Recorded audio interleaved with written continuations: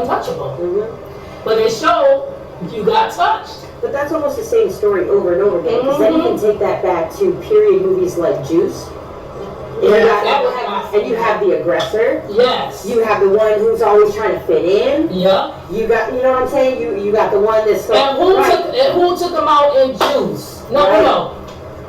But there was another one. No, that was about the rip. Yes. Oh, see? Remember Marlon Wayans played the Offie? Yep. Remember how he treated Marlon Wayans? And what Marlon Wayans did at the end came back. Yep. The Offie came back, took Tupac out at the end. Because he always thought he was untouchable. So when you look at those characters, okay, and when you look at a correlation between like people you're seeing every day, that's very classical narcissism. We saw it in Trump. We see it in our society. Narcissism. It's actual. There's a name for it. There's narcissism. But I will admit this.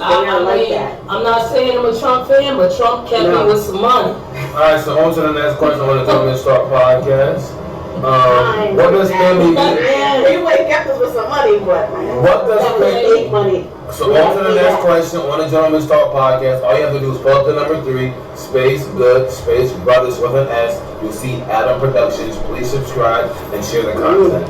Like I said, I'm Star Chocolate Drop.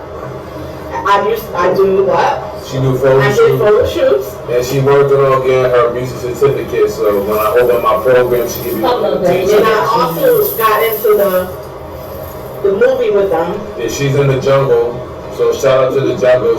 It's good to hear her speak on that in the podcast. So if y'all didn't believe it, she tapped in and you'll be. I spoke on a lot too. So now when he said I had a reality check, I had some other shows too. Yeah, about last night she About last night, I had some other shows with his brother in here. We used to come in here and record. That was all the time. That was all the reality check.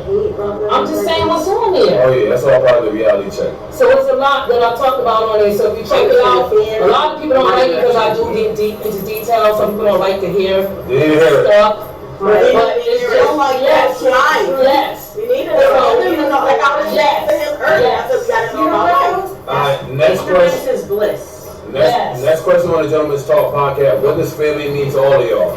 Everything. It means a lot. Start. It means a lot. But also, family can be the one that can bring you down also too. You know, so it do means a lot, and it's good to have all your peoples around. But you just, like you said, you gotta know your surroundings. Miss Allen, I'm sorry. No, that's fine, Mrs. Allen. She was saying you gotta know your surroundings. It's the truth. And you know what's crazy? And I love my kids, I love my mom, but sometimes you gotta back up from certain situations and focus on what's good for you and your kids. Not saying you can't be around your parents or whatever, but it means a lot.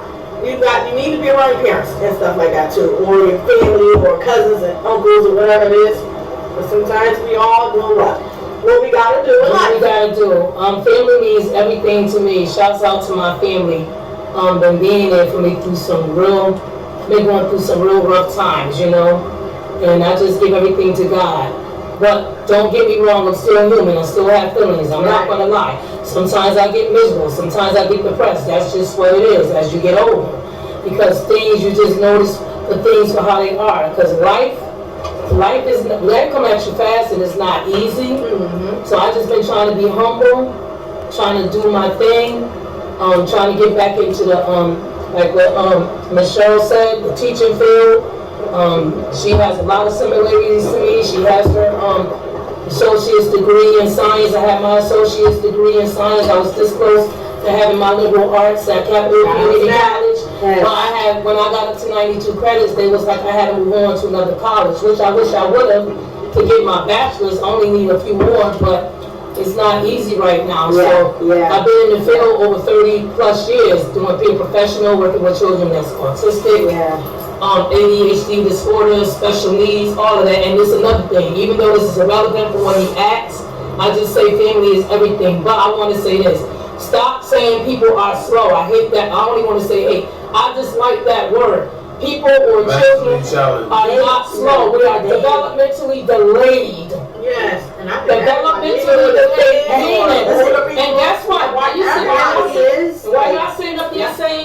those people are slow. They smarter than y'all. Right. Well, and you gotta understand this too. It may not really be developmentally delayed. It may be the fact that you need a teacher to teach that particular child's learning style.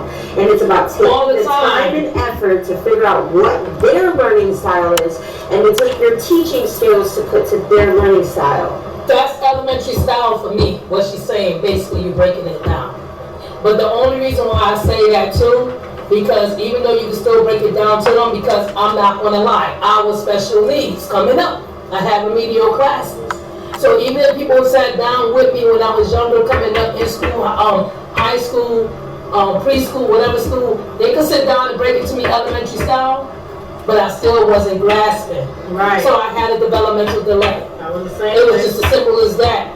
But as I got older, it started grasping to me. So when people be like, oh, these kids in school acting out, whatever, they not acting out. They acting out because the work is getting too overwhelming and they trying to find a way to get out of doing their work. So they start acting out in class so they can get out of class and go for walks. But anyways, that's it. Part of it. Well, on to the next topic on the Gentleman's Talk podcast. I don't want to get all the way off topic. Rest in peace to Kevin Samuels. Do anybody know who Kevin Samuels is? Yeah. And if you do know who Kevin Samuels is, what is your opinion on Kevin Samuels? Rest in peace to the big homie. Who was Kevin Samuels? Kevin Samuels, he used to tell me about Kevin Samuels. I'm not judging him or nothing. This is what I don't dislike about Kevin Samuels. He always talked about women things and minds and this and that, always was downgrading women. I'ma just be like this, just like how you tell me we can't tell men what they thinking. He can't tell women what they thinking because all women are not the same. Right. I don't care what you say, Yeah. all women are not the same. And Right. if you don't want me to stop throwing out samples. Right. Alright, so on to the next Yeah, because question. he knows. On to Because he know how to get deep. Because they be like, On to the next question. Because I can get deep. So let's move on, because he knows. I'll rush it in. On the next question on the Gentleman's Talk podcast. What is your opinion on the LGBTQ community in our local public schools? Did you pay attention? Say that again. What's our opinion on the LGBTQ community being in our local Oh public man, schools? no. Oh I'm boy. not doing that. Lesbian, gay. The LGBTQ. How do you feel about I'm it being in gonna be our local public schools? When I was working Y'all want to talk? when I was working at First Achievement, What's your I opinion was in second grade. Yeah. And they had to show a slide or something. If y'all look it up on YouTube, it's called Room. It's a book called Room. Okay. And normally, First Achievement is a strict school, but I don't care what nobody says. It's the best school in the nation. It's the old Fox Middle. Nice. Best school in the nation. Can't mess with it. Cannot touch with their teaching skills. Anyway, normally we be like, sit down, track, Yeah. listen, whatever. When I started realizing that there was rules about a book, a young boy, that when they was trying to make them say it's okay to be what you want to do or be what you want to be, and it was like the trans, and I had looked at the teacher was like, it's about transgender. I feel like you need that up to the parents to teach that to their kids. For real. You need that up to the parents to teach that kid. Because now y'all making it seem like it's okay for these kids at second grade, whatever, to be what they want to be, and it's okay to dress up in girl clothes, this, that, and the daycare, this, that. No, when I was working in the daycare, I showed them the difference. I don't care about dramatic play. Put on boy clothes. See, I'm glad that my So what I'm saying is daycare. that's what they were showing in the classroom. So guess what? Normally I'll be making the kids sit down and track and listen. When I saw that's what it was about, I was letting them kids go berserk in there. I didn't want them to pay attention to that. Because that's something that their parents should be teaching them and not the school. Ooh, or in Yeah. a daycare. Why y'all got trans Or books home in these daycares. schools? None of that. Confusing them. Now y'all confusing them, and now kids or the boys be talking about, well, I can be a girl, mommy. No, you can't. You're a boy. Well, I also think, okay, I agree with you that it's got to be up to the parents. But the other part of it is, okay, if you're going to be non-biased, okay? I can't. Non-biased would mean that not only would you not read that story, but you wouldn't make judgment if they do dress up in dramatic play. Then that wouldn't be up to you either. If I come to a daycare and Non-biased. my son is dressed up in all women clothes and heels, I'm gonna have a problem with that. Because you gotta think about it. If you in preschool, right, we do different things. You get that, right? We do different curriculum things, and you do fall season things, right? Yes. So when you do collages, you do winter, you do summer and fall. You always do collages. What you will wear in the winter, what boys will wear in the winter, what girls will wear in the winter. But just like you so said, the girls leave it up to the will kids. match the girls will match their collage, cut out magazine stuff, what they will wear, skirts, Right. dresses, scarves, whatever, and the boys cut out what they will wear. So what I'm saying is, it's still not up to us to implement it in the schools. Right. If you're gonna do that, then you need to get permission and sign written permission from the parents to say that it's okay, because those are not our kids. It's like we teaching them sex education in the Right. second and kindergarten. Those are not our kids to teach them that. Right. Let the parents, how we know parents not ready to talk to them about that yet? That's Right. true. You're And you don't right. know what kind of household Right. that child is coming from either. I've been working in schools where this one girl, we used to have parties, she couldn't do nothing because the parents was Muslim. We didn't question Yeah, it. yeah, It ain't your yeah, place. it's, yeah. So But what we just look because like that's teaching in there, her, because that, they have to assign a thing for that too. There's like a religious, Yes. a religious. so what we look So like waiver, teaching her religious is something that our exemption. parents is not into. Waiver. All I'm saying is if you're going to do it, get permission. Yeah, Because who are we to Right. tell them yeah. that it's okay to be a girl and it's okay to be a boy? You need that up to the parents. On to the next question on the Gentleman's Talk podcast. How do y'all feel about today's upbringing with the kids? Do y'all feel a bunch of kids are on the right path, or do you feel they're a bunch of crab dummies? Keep it 100. Oh my God, we're all screwed. Depends Since on the parents. 2019. Depends on the parents, because I didn't work Yeah. in school. Yes, So you're parents right. condone what they do, be in denial about their kids, think, oh, they're picking on my kid. Let me tell you something. I worked at First Achievement, and there was this one little boy, can't say their name, can't expose him. He was a terrorist, but he was my boy. I love him to death. He was in 2nd grade. And he used to he never gave me a hard time because he knew I didn't play. Yeah. He gave the other teacher a hard time. So one day he was so rough, his day was so tricky, we had to call his mother. By the time his mother came up there, she was like, I don't understand this, he's not. When she came, of course, he's in class, she's in class, he played a perfect little angel. Yeah, mom, whatever. Soon as she stayed up there for half the day, soon as she got up, I swear, I kid you not, she was inches away from the door. Then she was like, bye, I'll see you when you get home, you gonna take the bus home? He's like, okay, mom. Soon as she walked out that door and the door slammed, Yeah. within 5 seconds, he jumped up from his seat, was like, yeah. I said, what? When I ran to the door to go get his mother, he sat down. Right. I had a student like that. He moved up to the four-year program, right? I'm coming out of the gym with my 3-year-olds. He's standing there cussing his teacher out. And when I tell you every dirty word, I'm like, how did he just make a whole stream of dirty words like that? And he didn't even take a breath. Ooh, I walked up on him, tapped him on his shoulder, turned over and was like, I'm sorry. I'm like, I said, all right, listen. I said, you're going to join my line. And I took one of my best kids, sent it into my other teacher's classroom. I'm like, here, take the good one for a minute. I got him. I took people's worst kids, made them my best. I love the worst kids. I love them. Those are my favorites. I love the worst kids. Bipolar, They be like, ADHD, when they used to come in, they were like, oh, you're gonna get such and such. They're No. like this, they're like that, like that. Then they be No. like, then they come in, oh my God, they're not doing that. No, they're not. No, right. If you put on that boundary. I have a question. Yeah. Is it because it was like one-on-one? No. Or it was like a couple of people? No, I'm going through this right now. I'm gonna be honest with you. It's because how you treat the child. And how you put And a lot of boundaries down. teachers, and you just said it with Boundaries. your bus. A lot of Yes. teachers don't be liking the children, but you're not supposed to show them that.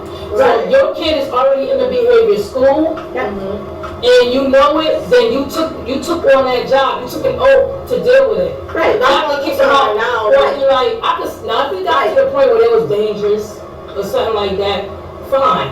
But if they're in the behavior school, Yeah. they're already in there for that. I'm trying to put my son into behavior classes because right now he's in Hartford.